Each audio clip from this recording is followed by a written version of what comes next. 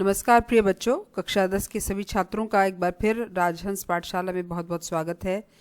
आज फिर मैं आपके लिए क्षितिज भाग 2 के गद्य खंड के पाठ 13 का भाग 2 लेकर आई हूँ। पहले भाग में हम लोगों ने पाठ परिचय पढ़ा था, लेखक परिचय पढ़ा था और साथ ही साथ इस पूरे पाठ को पढ़ा था। इस बार यानी इस भाग 2 में हम इसकी शब्द संपदा के विषय में जानेंगे, यानी जो कठिन या नए शब्द हैं उनके विषय में जानेंगे। कुछ विशेष जानकारियां भी प्राप्त करेंगे जो हमने इस पाठ के शब्दों या वाक्यों के माध्यम से समझी हैं, उनको विस्तार से समझेंगे और साथ ही साथ प्रश्न अभ्यास करेंगे। तो आइए चलिए चलते हैं सबसे पहले शब्द संपदा की ओर। जहरबाद, ये शब्द आपने पहली बार सुना होगा इस पाठ में संभवतः। इसको ही हम अंग्रेजी में गैंग्रीन कहते हैं। ये एक रोग होता है, एक तरह का जहरीला और कष्ट साध्य फोड़ा हो जाता है और उसके माध्यम से पूरे शरीर में जहर फैल जाता है। आस्था का मतलब है विश्वास या श्रद्धा। देहरी का मतलब है दहलीज। पादरी का अर्थ है ईसाई धर्म का पुरोहित या आचार्य। आतुर, अधीर या उत्सुक, जो व्यक्ति बहुत धैर्य नहीं रख पाता, इम्पेशेंट होता है, उसको कहते हैं आतुर। निर्लिप्त का मतलब है आसक्ति रहित या जो लिप्त ना हो, किसी चीज से भी डिटैच्ड रहने वाला व्यक्ति निर्लिप्त कहलाता है। आवेश का मतलब है जोश। लबालब का अर्थ है भरा हुआ। अब चलते हैं कुछ और नए शब्दों की तरफ। धर्माचार, धर्माचार का अर्थ है धर्म का पालन या आचरण करना। आचार शब्द आचरण से लिया गया है। रूपांतर का मतलब होता है रूप अंतर। अंतर का मतलब दूसरा रूप धारण करना, किसी वस्तु का बदला हुआ रूप रूपांतर कहलाता है। अकाट्य का मतलब है जिसे काटा ना जा सके, कोई ऐसी बात कहना जिससे कोई काट ही ना सके, इतना बड़ा सत्य हो कि उसे कोई झुठला ना सके, उसे हम अकाट्य कहते हैं। जो कट ना सके, जो बात काटी ना जा सके। विरल का मतलब होता है कम मिलने वाला, जो बहुत ही कम उपलब्ध होती है कोई चीज़, उसको विरल कहते हैं। ताबूत का अर्थ है शव या मुर्दा ले जाने वाला संदूक या बक्सा, जिसको कॉफिन भी कहते हैं, आपने सुना होगा। करील एक प्रकार का वृक्ष होता है, झाड़ी के रूप में उगने वाला एक कंटीला और बिना पत्ते का पौधा। गैरिक वसन, साधुओं द्वारा धारण किए जाने वाले गेरुए वस्त्र। आपने देखा होगा साधु लोग जो वस्त्र पहनते हैं जो संतरी या गेरुए से रंग के होते हैं, उनको हम गैरिक वसन कहते हैं। वसन यानी वस्त्र। श्रद्धा नत, नत का मतलब होता है झुका हुआ, जो श्रद्धा से झुका हुआ, प्रेम और भक्ति से युक्त पूज्य भाव, जिसमें हम किसी के आगे भी झुक जाते हैं। आगे बढ़ते हैं। अब कुछ विशेष जानकारियां हम लोग प्राप्त करेंगे, क्योंकि पाठ के अंदर कई नए शब्द या नई कई ऐसी टर्म्स होती हैं जिनके बारे में विस्तार से जानना अच्छा रहता है। उससे हमारी नॉलेज बढ़ती है और हम पाठ को अच्छे ढंग से समझ भी पाते हैं। तो परिमल शब्द आया था इसमें, आपको ध्यान होगा सर्वेश्वर दयाल सक्सेना ने कहा था कि मुझे परिमल के वो दिन याद आते हैं। तब मैंने आपको पढ़ाते समय समझाया था कि परिमल नाम की एक संस्था इन लोगों ने बनाई थी। तो निराला के प्रसिद्ध काव्य संकलन से प्रेरणा लेते हुए इनके निराला जी का एक काव्य संकलन था। काव्य संकलन का मतलब कविताओं का संकलन था। इसके विषय में भी अभी मैं आपको बताऊंगी। इस संकलन का नाम जो था वो परिमल था और इसी से प्रेरणा लेकर इन्होंने अपनी संस्था का नाम परिमल रखा था। तो इससे प्रेरणा लेते हुए 10 दिसंबर 1944 को 1944 को इन्होंने प्रयाग विश्वविद्यालय, प्रयाग यानी इलाहाबाद में जो विश्वविद्यालय है, यूनिवर्सिटी है, प्रयाग यूनिवर्सिटी, उसके साहित्यिक अभिरुचि रखने वाले कुछ उत्साही युवक मित्रों द्वारा परिमल समूह की स्थापना की गई थी। साहित्यिक अभिरुचि का मतलब है जिनका लिटरेचर में इंटरेस्ट हो। ऐसे कई उत्साही जोश से भरे हुए युवकों ने, उन मित्रों ने मिलकर परिमल नामक एक समूह की स्थापना की थी, ग्रुप बनाया था। परिमल द्वारा अखिल भारतीय स्तर की गोष्ठियाँ आयोजित की जाती थी। पहली बात, अखिल भारतीय स्तर यानी भारत भर में जो एक इंडिया वाइड ऐसी गोष्ठियाँ की जाती थी जो साहित्यिक होती थी, जिनमें कहानी, कविता, उपन्यास, नाटक आदि पर खुली आलोचना और उन्मुक्त बहस होती थी। कहानी यानी स्टोरीज पर, कविता यानी पोएट्री पर, नॉवेल यानी उपन्यास यानी नॉवल पर, नाटक यानी ड्रामा पर, इन सभी पर जो ये अलग अलग साहित्यिक विधाएं हैं इन पर खुली आलोचना होती थी, क्रिटिसिज्म होता था, खुलकर बात होती थी, किसी तरह का कोई संकोच नहीं होता था, क्योंकि साहित्य की दृष्टि से किसी भी तरह की गलती या कमी बर्दाश्त नहीं की जाती। तो वहाँ पर क्रिटिक्स जो है खुलकर अपनी बात कहते थे और उन्मुक्त बहस होती थी, डिबेट होती थी। ये सारी चीज़ें पॉजिटिव हैं, इनको हम नेगेटिव नहीं ले सकते, क्योंकि हम सारी इन रचनाओं के बारे में जो डिस्कशंस होते थे इन लोगों के, वो अच्छे के लिए ही होते थे। परिमल का कार्य क्षेत्र, इनका जो फैलाव था, कहाँ कहाँ तक काम करते थे लोग, इलाहाबाद था, फिर जौनपुर, मुंबई, मथुरा, पटना, कटनी में भी इसकी शाखाएं रहीं, यहाँ तक फैल गया था ये। परिमल ने इलाहाबाद में साहित्य चिंतन के प्रति नए दृष्टिकोण का न केवल निर्माण किया, बल्कि शहर के वातावरण को एक साहित्यिक संस्कार देने का प्रयास किया। ये खास बात परिमल ने की। इस संस्था ने इलाहाबाद में साहित्य के चिंतन का जो दृष्टिकोण है, एक खास तरह का दृष्टिकोण, मतलब ये एक सोचने का एंगल उन्होंने बनाया कि हमें बिल्कुल उन्मुक्त भाव से और बिल्कुल निष्पक्ष भाव से किसी भी रचना को देखना चाहिए, और पूरे शहर का वातावरण ही साहित्यिक वातावरण बन गया। आज भी हम अगर इलाहाबाद जाते हैं तो वहाँ के लोगों के अंदर आपको लिटरेरी टेस्ट देखने को मिलेगा। ये सब चीज़ें इन्हीं प्रयासों का परिणाम है। आगे बढ़ते हैं। ये देखिए, ये एक रचना है, नाम है परिमल। आप देख रहे हैं नाम, सूर्यकांत त्रिपाठी निराला। परिमल एक कविता संग्रह है। इसकी रचना श्री सूर्यकांत त्रिपाठी निराला ने की थी। यह पहली बार ईस्वी सन 1929 में प्रकाशित हुआ था। जब पहली बार इसका पब्लिकेशन हुआ तो 1929 में हुआ था, और इसी नाम को लेकर परिमल संस्था बनाई गई थी। अब है पद्म भूषण। आपके लिए जानकारी के लिए बता दूं मैं कि फादर कामिल बुल्के, जिनके बारे में हमने पढ़ा इस पाठ में, उनको पद्म भूषण से सम्मानित किया गया था। तो पद्म भूषण सम्मान भारत सरकार द्वारा दिया जाने वाला तीसरा सर्वोच्च नागरिक सम्मान है। नागरिकों के लिए, जो सिविलियंस हैं उनके लिए सम्मान है, और तीसरा सबसे ऊंचा सम्मान माना जाता है जो देश के लिए असैनिक क्षेत्रों में बहुमूल्य योगदान के लिए दिया जाता है।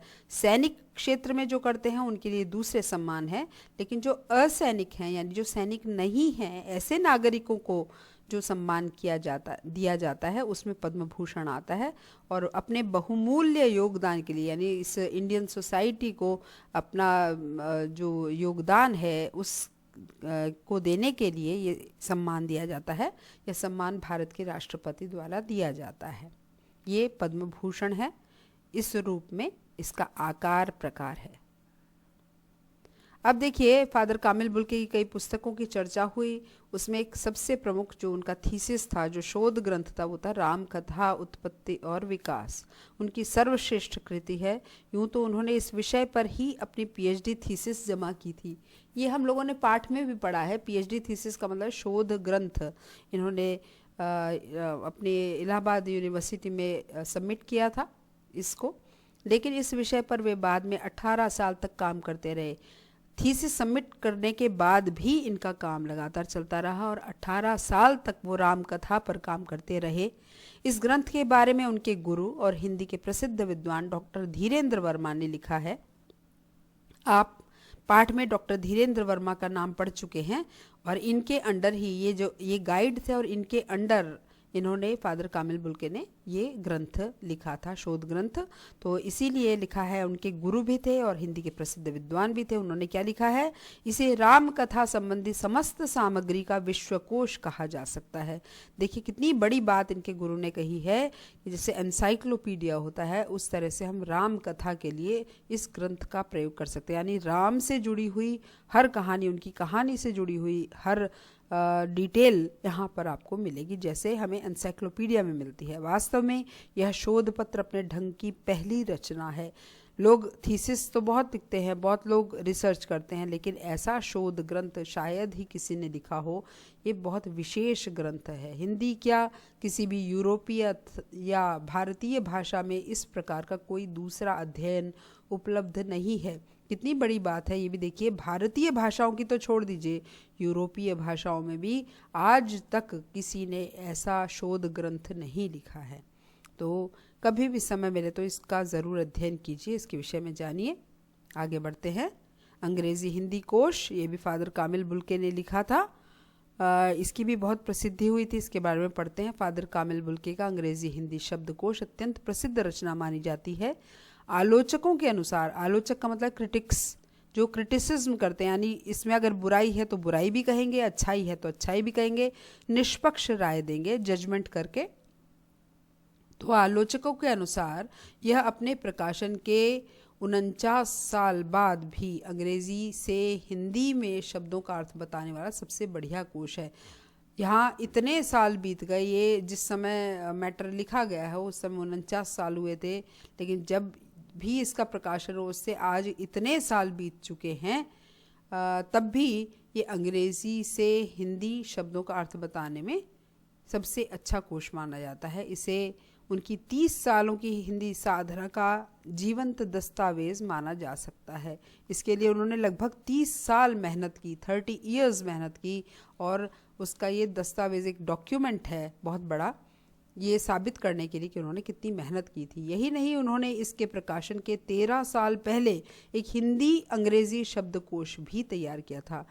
देखिए, ये अंग्रेज़ी हिंदी कोश है और इससे 13 साल पहले इन्होंने हिंदी अंग्रेज़ी, क्या अंतर है इसमें? अंग्रेज़ी शब्दों का हिंदी अर्थ है और जो इससे 13 साल पहले लिखा उसमें हिंदी शब्दों के अंग्रेज़ी अर्थ थे। ये दोनों ग्रंथ एक समय इतने लोकप्रिय हो गए कि लगभग सभी विद्यार्थियों की दराजों में फादर कामिल बुल्के रचित ये ग्रंथ मिल जाते थे। दराज का मतलब जो ड्रॉर्स होती हैं स्टडी टेबल में, वहाँ पर हमेशा ये दोनों ग्रंथ रहते थे स्टूडेंट्स के लिए। फादर ने इन ग्रंथों के ज़रिए हिंदी भाषा की जितनी सेवा की उसे बता पाना काफ़ी मुश्किल है। तो हिंदी भाषा की उन्होंने सच्ची सेवा की।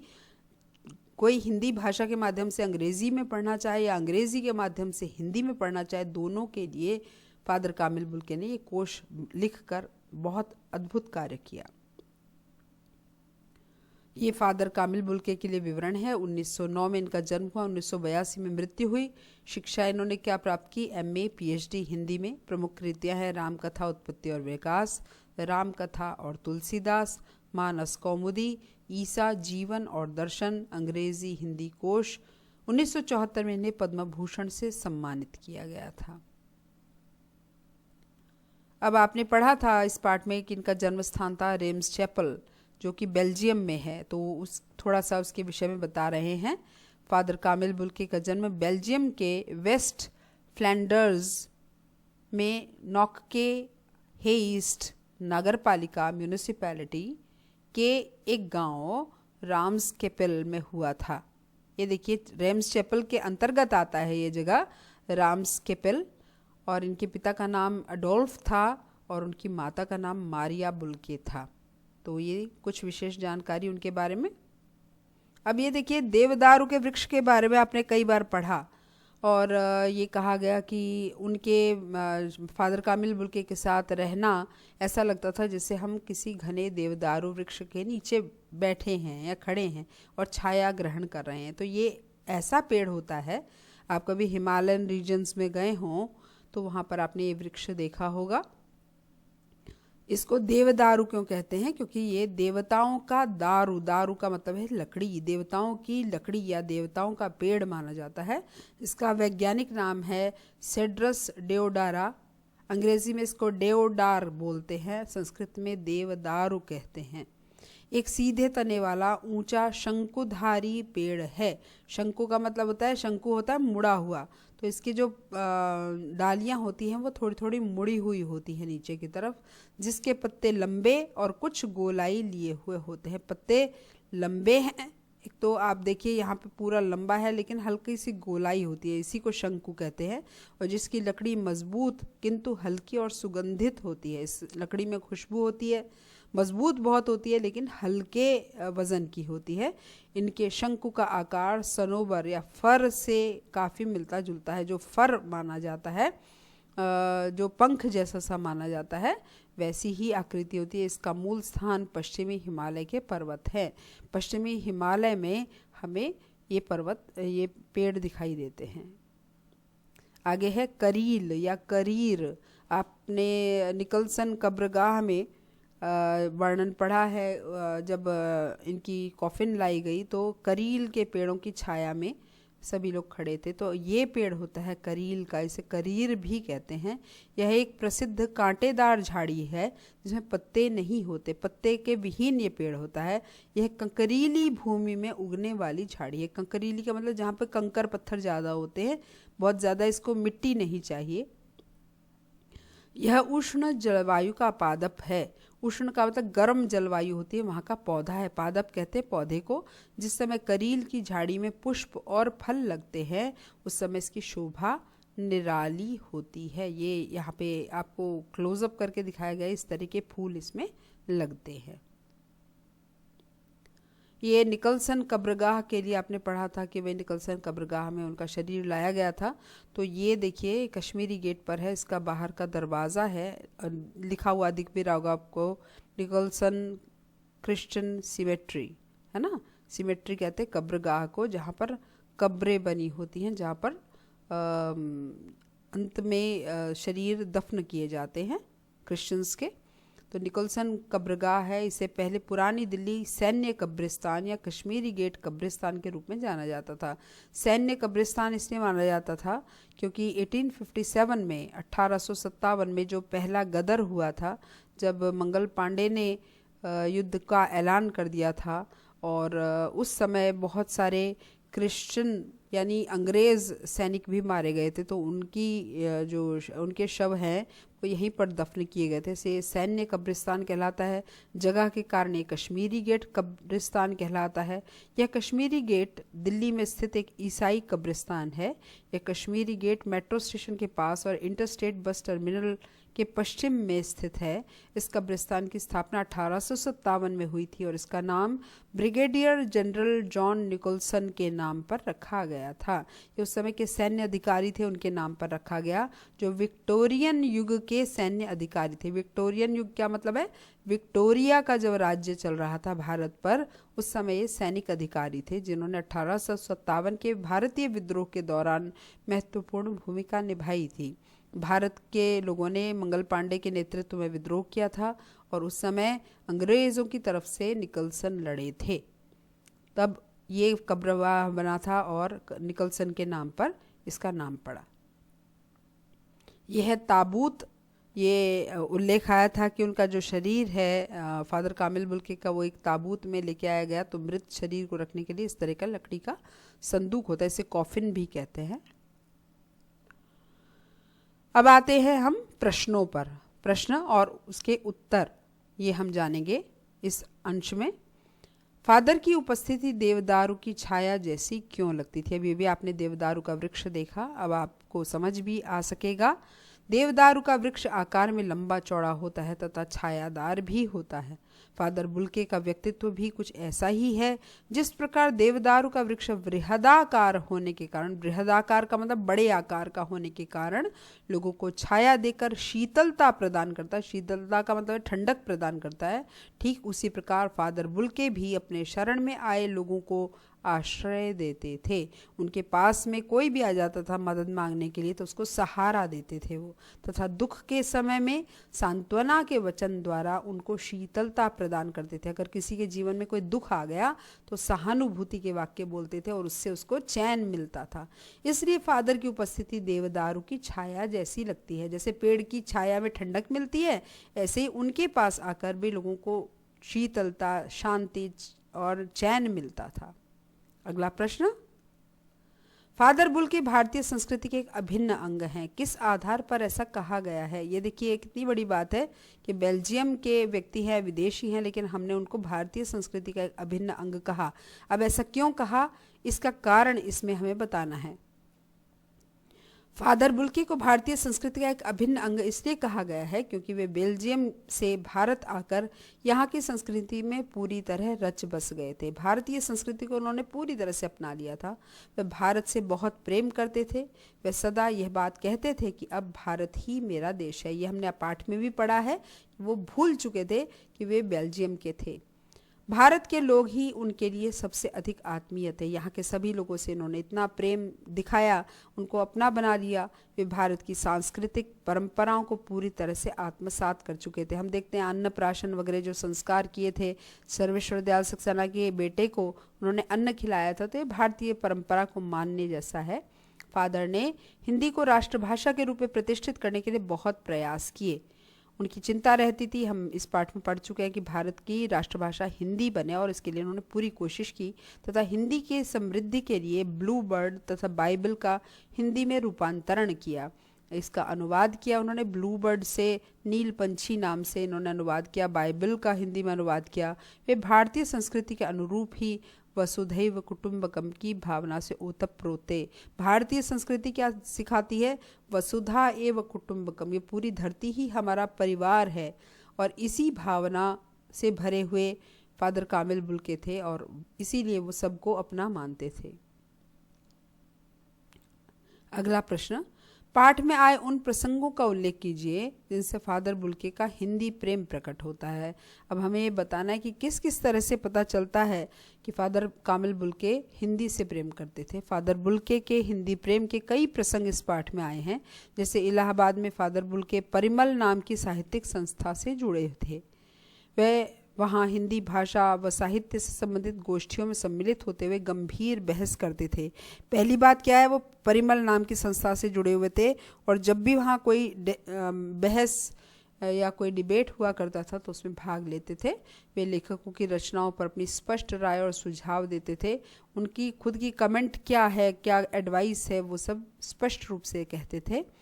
वह सड़क पर जा रहे लेखकों के पास साइकिल से उतरकर पहुंच जाते और उनकी रचनाओं पर बातचीत करते थे। यहीं से ये पाठ शुरू भी हुआ, आपको ध्यान होगा। फादर बुल्के ने हिंदी में शोध भी किया, जिसका विषय था रामकथा उत्पत्ति और विकास। ये हम अभी भी पढ़ चुके हैं। उन्होंने एक नाटक ब्लू बर्ड का हिंदी में नील पंछी के नाम से अनुवाद भी किया। फादर बुल्के रांची के सेंट जेवियर्स कॉलेज में हिंदी और संस्कृत विभागाध्यक्ष हो गए। संस्कृत और हिंदी का जो विभाग था उसके अध्यक्ष थे, HOD बने। वहीं उन्होंने अंग्रेजी हिंदी कोश तथा बाइबल का अनुवाद भी किया। फादर बुल्के को हिंदी को राष्ट्रभाषा के रूप में देखने की बड़ी चिंता थी।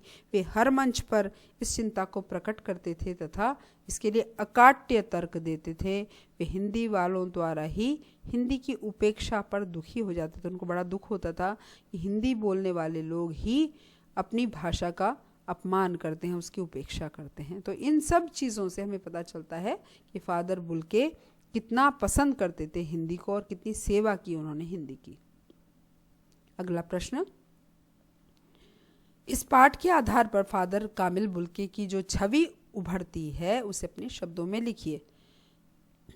फादर बुल्के एक निष्काम कर्मयोगी थे। सबसे पहले हमें एक सन्यासी के रूप में दिखाई देते हैं, लेकिन निष्काम भाव से कर्म करने वाले। निष्काम भाव से कर्म करने का मतलब ये है कि बिना किसी अपेक्षा के, बिना किसी एक्सपेक्टेशन के लगातार मेहनत किए चले जाना जिस क्षेत्र में उनको कर्म करना है। वे लंबे, गोरे, भूरी दाढ़ी व नीली आंखों वाले चुंबकीय आकर्षण से युक्त सन्यासी थे। यहाँ पे उनका व्यक्तित्व बताया गया। लंबे आकार के थे, गोरे थे, उनकी भूरी भूरी दाढ़ी थी और नीली आंखें थी। और उनका व्यक्तित्व कैसा था? चुंबकीय आकर्षण वाला, जैसे उसमें मैग्नेटिक टच था। जैसे मैग्नेट अपनी तरफ खींचती है, ऐसा आकर्षण था। लोग उनकी तरफ खींचे चले जाते थे। अपने हर प्रियजन के लिए उनके हृदय में ममता व अपनत्व की अमृतमयी भावना उमड़ती रहती थी।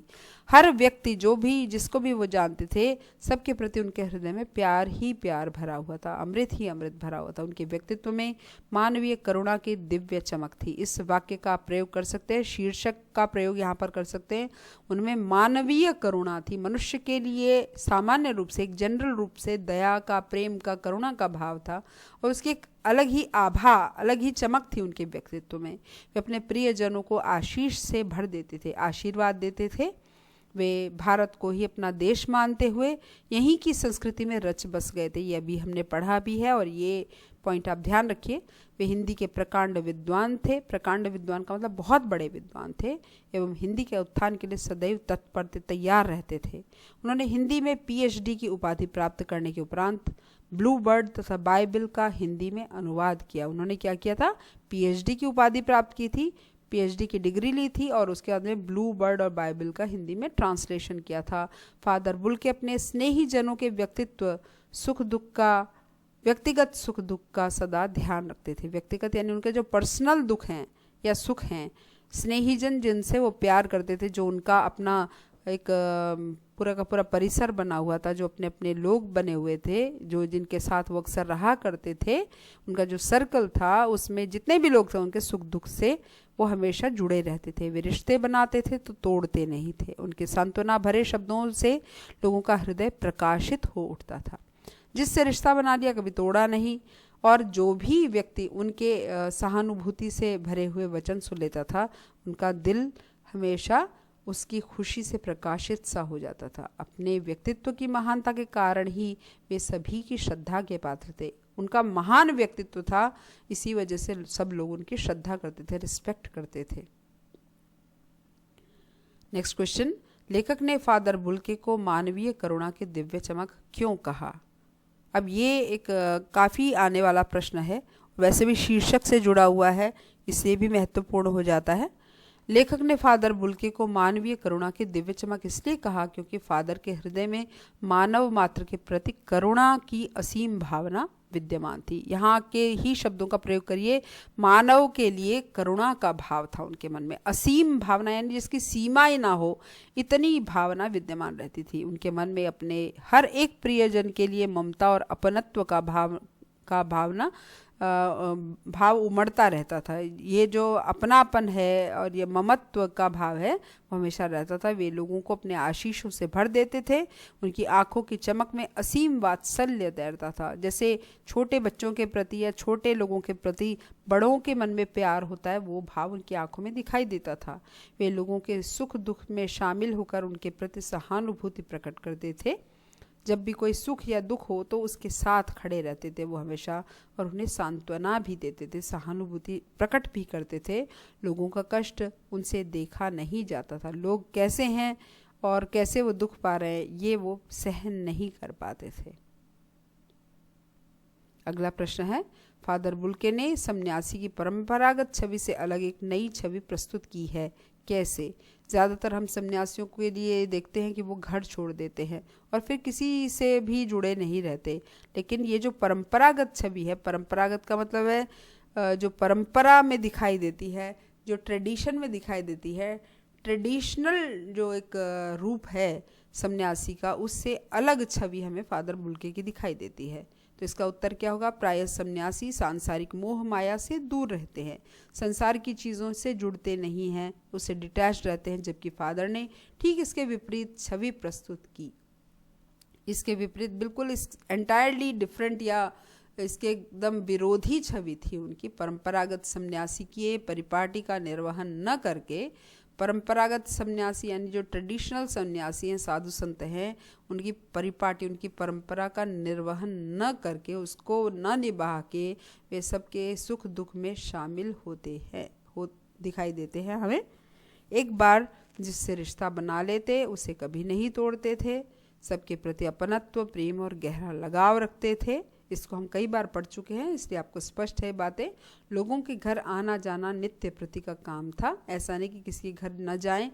इस आधार पर कहा जा सकता है कि फादर बुल्के ने सन्यासी की परंपरागत छवि से अलग छवि प्रस्तुत की है। जो ट्रेडिशनल छवि है, ट्रेडिशनल एक इमेज बनी हुई है सन्यासी की, उससे अलग इमेज उनकी थी। आशय स्पष्ट कीजिए। अब यहाँ पर वाक्य दिए हुए हैं इस पाठ से और उसको हमें समझाना है। आशय स्पष्ट करने का मतलब है हमें डिटेल में इसका अर्थ समझाना है। नम आँखों को गिनना स्याही फैलाना है। प्रस्तुत पंक्ति का आशय है फादर बुल्के की मृत्यु पर वहाँ उपस्थित नम आँखों वाले व्यक्तियों के नामों का उल्लेख करना सिर्फ स्याही को बर्बाद करना है। अब आपको ये पढ़ाते हुए भी मैंने समझाया था, नम आँख का मतलब है गीली आँखें, आंसुओं से भरी आँखें। अगर ये गिना जाए कि कितने लोग उनके मरने पर रो रहे थे, तो उनके नामों का उल्लेख करना स्याही बर्बाद करना, यानी स्याही इतनी बर्बाद हो जाएगी, कितने पन्ने निकल जाएंगे, लेकिन लोगों के नाम खत्म नहीं होंगे। इतने लोग दुखी थे, इतने लोग रोए थे उनकी मृत्यु पर। कहने का आशय है कि आंसू बहाने वालों की संख्या इतनी अधिक थी कि उसे गिनना संभव नहीं था। अगला वाक्य है, फादर को याद करना एक उदास शांत संगीत को सुनने जैसा है। प्रस्तुत पंक्ति का आशय है कि जिस प्रकार एक उदास शांत संगीत को सुनते समय हमारा मन गहरे दुख में डूब जाता है, वातावरण में एक अवसाद भरी निस्तब्ध शांति छा जाती है और हमारी आंखें अपने आप ही नम हो जाती हैं, ठीक वैसी ही दशा फादर बुल्के को याद करते समय हो जाती है। क्या अर्थ है इसका? जब हम कोई सैड म्यूज़िक सुनते हैं, सैड सॉन्ग सुनते हैं, तो वो शांत तो करता है, शांति तो देता है, लेकिन हमारा मन उससे सुनकर उसको दुखी हो जाता है। आसपास का वातावरण कैसा हो जाता है? दुख से भरा हुआ हो जाता है। शांति, निस्तब्ध शांति का मतलब है जिसमें खुशी ना हो, ऐसी शांति छा जाती है और हमारी आंखें अपने आप आंसुओं से भर जाती हैं। वैसी ही दशा फादर बुल्के को याद करते समय किसी भी व्यक्ति की हो सकती है। यहाँ पर हम इस पाठ का समापन करते हैं। हमारा ये अंतिम प्रश्न था इस पाठ का, और इस पाठ को आप ध्यान से पढ़िए, इन दोनों भागों को ठीक से पढ़िए। प्रथम भाग में आपने लेखक परिचय, पाठ परिचय और पूरे पाठ को पढ़ा, और इसमें आपने कुछ शब्द और कुछ विशेष जानकारियाँ और प्रश्नोत्तर किए हैं। तो कृपया इस पाठ को अच्छे से पढ़िए, ध्यान से पढ़िए और परीक्षा के लिए अपने आप को अच्छे से तैयार कीजिए। तब तक के लिए धन्यवाद। आप अपने इस चैनल को सब्सक्राइब करना, लाइक करना और शेयर करना बिल्कुल मत भूलिए। अधिक से अधिक अपने साथी छात्रों के साथ इसको शेयर कीजिए, जिससे इतने डिटेल में वो चैप्टर को पढ़ सकें। धन्यवाद।